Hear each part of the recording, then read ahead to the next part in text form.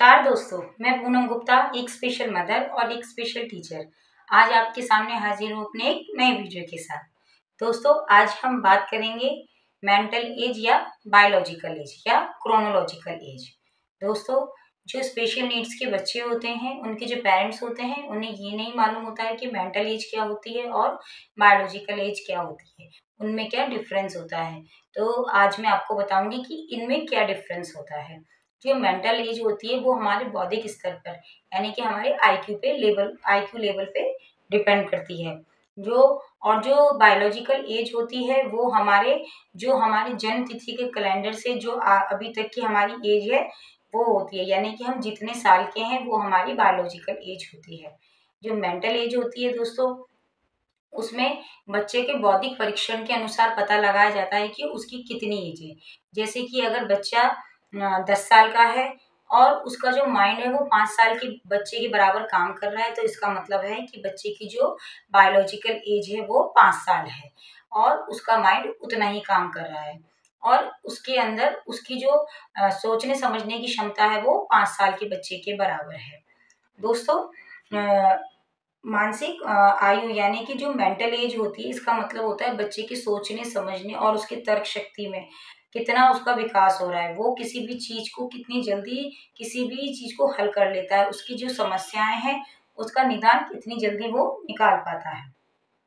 इसका मतलब ये है कि जो बच्चे का यदि अपनी उम्र के साथ सही से विकास नहीं हो रहा है, तो जो उसकी मानसिक आयु है वो उसकी जो वास्तविक आयु है यानी कि जो उसकी बायोलॉजिकल एज है उससे कहीं पीछे चल रही है, उसका विकास उतना नहीं हो पा रहा है। अक्सर मेंटल रिटार्डेशन के केस में यही होता है, या हम कहीं और भी बहुत सारी जो हमारी स्पेशल नीड्स की समस्याएं होती हैं, जो बच्चे होते हैं उनके जो आईक्यू जो उनका होता है वो अपनी एज से कम होता है।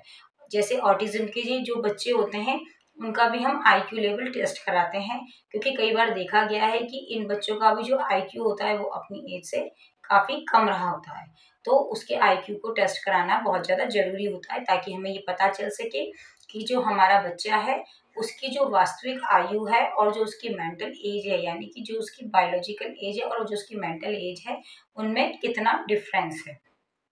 मेंटल एज एक कॉन्सेप्ट है जो ये दर्शाता है कि जो हमारा बच्चा है उसकी जो एज है वो उसकी जो मेंटल एज से और जो उसकी बायोलॉजिकल एज है उसमें कितना डिफरेंस है।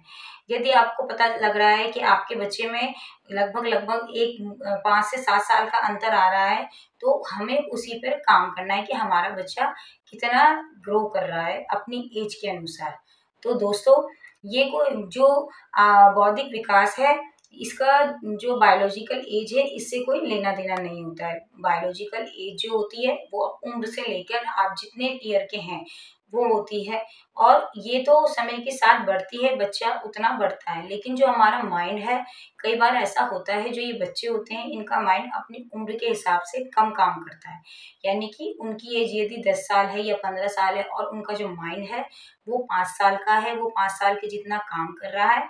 तो इसका मतलब ये है कि वो अपनी आयु से पीछे चल रहे हैं। इसके लिए ज़रूरी है कि हम डॉक्टरों से परामर्श लें, वो जो भी हमें बताएं उनका हम समय रहते उसके अनुसार बच्चों पे हम निदान करें और बच्चों के जो समस्याएं उनको हम हल करें। तो दोस्तों, यदि आपको मेरे ऐसे ही वीडियो पसंद आए तो आप मेरे चैनल को लाइक कीजिए, सब्सक्राइब कीजिए और शेयर कीजिए। नमस्कार।